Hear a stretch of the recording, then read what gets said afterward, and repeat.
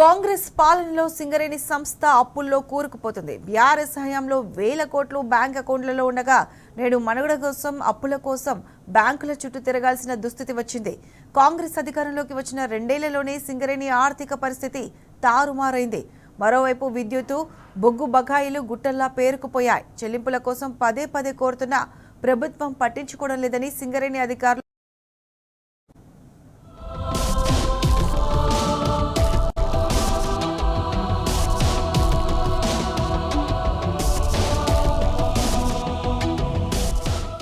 రేవంత్ పాలనలో తెలంగాణ తారుమారైంది. తెలంగాణ రాష్ట్రం ఏర్పడినప్పుడు సింగరేణి సంస్థ బ్యాంకు బ్యాలెన్స్ 3,540 కోట్ల రూపాయలు.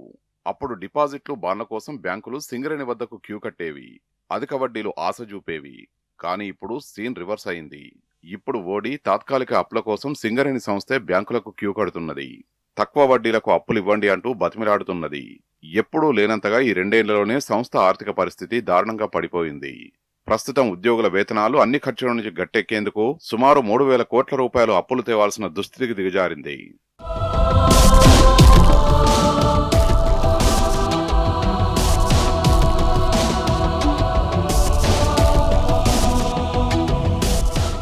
సింగరేణి సంస్థ నెలకు 3,000 కోట్ల రూపాయలు తాత్కాలిక అప్పులు తెస్తున్నట్లు సింగరేణి కార్మిక సంఘాలు ఆరోపిస్తున్నాయి. బాండ్లను కుదవబెడుతున్నదని ఓ కార్మిక సంఘం నేత చెప్పారు. సంస్థలోని ఉద్యోగులు నెలవారీ వేతనాలు, డీజిల్ ఖర్చులు, నిర్వహణ కోసం నెలకు 3,000 కోట్లు అప్పు చేయనిదే కుదరడం లేదట. సంస్థ అధికారుల వాహనాలకు డీజిల్ పోయించే పరిస్థితి లేదట. ఇండియన్ ఆయిల్ కార్పొరేషన్కు చెల్లించాల్సిన డబ్బులు చెల్లించకపోవడంతో ఆయా సంస్థ డీజిల్ సరఫరాను ఆపేసిందట. పై స్థాయి అధికారులు కల్పించుకొని ఉద్దెరకు డీజిల్ పోయారంటూ ఐఓసీఎల్ అధికారులతో సంప్రదింపులు జరిపారంటే పరిస్థితి ఎలా ఉన్నదో అర్థం చేసుకోవచ్చు. మనుగురు, కొత్తగూడెంలో ఉద్యోగులకు సంస్థనే డీజిల్ సరఫరా చేస్తుంది. ఇప్పుడు డీజిల్ సరఫరా చేసేందుకు అధికారులు పాటుపడుతున్నారని తెలుస్తోంది.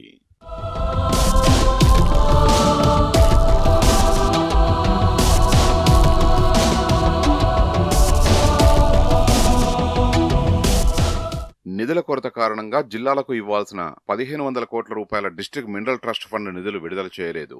2023-24లో సిఎస్ఆర్ కింద సంస్థ 30.90 కోట్ల రూపాయలు ఖర్చు చేయాల్సి ఉండగా కేవలం 5.34 కోట్ల రూపాయలే ఖర్చు చేసింది. సంస్థ విద్యుత్తు, బొగ్గు విక్రయాలు గణనీయంగా తగ్గాయి. 2023-24 ఆర్థిక సంవత్సరంలో ఈ 30,014 కోట్ల రూపాయల ఆదాయాన్ని సమకూర్చుకోగా 2024-25కు వచ్చేసరికి ఈ ఆదాయం 28,769 కోట్ల రూపాయలకు పడిపోయింది. బొగ్గు విక్రయాల ద్వారా ఆదాయం 2023-24లో 25,457 కోట్ల రూపాయలు ఉంటే 2024-25లో 24,376 కోట్ల రూపాయలు, అంటే 1,000 కోట్ల రూపాయల ఆదాయం తగ్గింది. విద్యుత్ విక్రయాల ద్వారా ఆదాయం 200 కోట్ల రూపాయల మేర తగ్గింది. 2023-24లో 4,557 కోట్ల రూపాయలు ఉంటే 2024-25 వచ్చేసరికి 4,393 కోట్ల రూపాయలకు పడిపోయింది. సంస్థ మొత్తం ఆదాయం కూడా గణనీయంగా పడిపోయింది. 2023-24లో సంస్థ 31,556 కోట్ల రూపాయల ఆదాయం సమకూర్చుకోగా 2024-25లో 30,317 కోట్ల రూపాయలకు పడిపోయింది. థర్మల్ విద్యుదుత్పత్తి కూడా పడిపోయింది. 2021-22లో 9,352.93 మిలియన్ యూనిట్ల విద్యుదుత్పత్తి కాగా 2023-24లో 8,853.53 మిలియన్ యూనిట్లు, 2024-25లో 7,986.30 మిలియన్ యూనిట్లకు పడిపోయింది.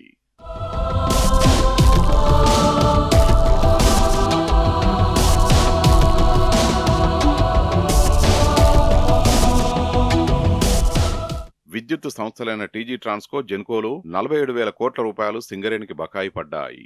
దీంట్లో జెన్కోవే 29,009 కోట్ల రూపాయలున్నాయి. 2022-23లో జెన్కో బకాయిలు 19,224 కోట్ల రూపాయలుంటే 2023-24కు వచ్చేసరికి 24,924 కోట్ల రూపాయలు, 2024-25లో 29,009 కోట్లకు చేరాయి. బకాయిలు గుట్టల్లా పేరుకుపోతుండటంతో సంస్థ ఆర్థిక పరిస్థితి కుదేలవుతున్నది.